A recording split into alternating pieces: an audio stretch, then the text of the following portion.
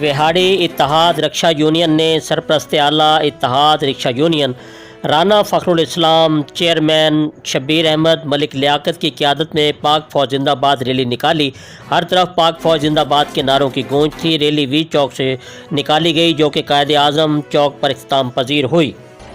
جی بالکل، اتحاد رکشا یونین نے سرپرست اعلیٰ اتحاد رکشا یونین رانا فخر الاسلام اور چیئرمین شبیر احمد ملک لیاقت کی قیادت میں پاک فوج زندہ باد ریلی نکالی۔ شرکا نے پاک فوج زندہ باد کے پینا فلیکس بھی اٹھائے ہوئے تھے۔ ہر طرف پاک فوج زندہ باد کے فلک شگاف نعروں کی گونج تھی۔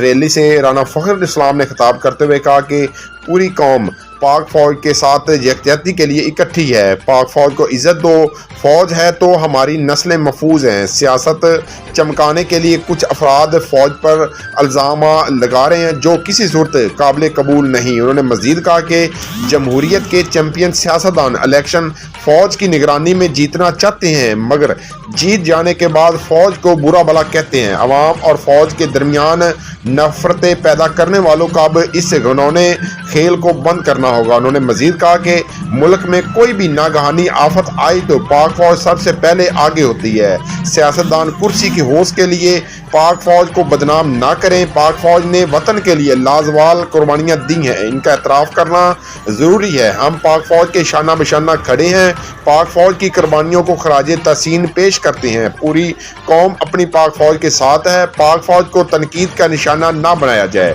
پاک فوج قومی یکجہتی کی نشانی ہے۔ سیاستدان پاک فوج کو سیاست میں گھسیٹنے سے باز رہیں۔ ریلی میں سول سوسائٹی، مختلف مکاتب فکر سے تعلق رکھنے والے شہریوں کی کثیر تعداد نے شرکت کی۔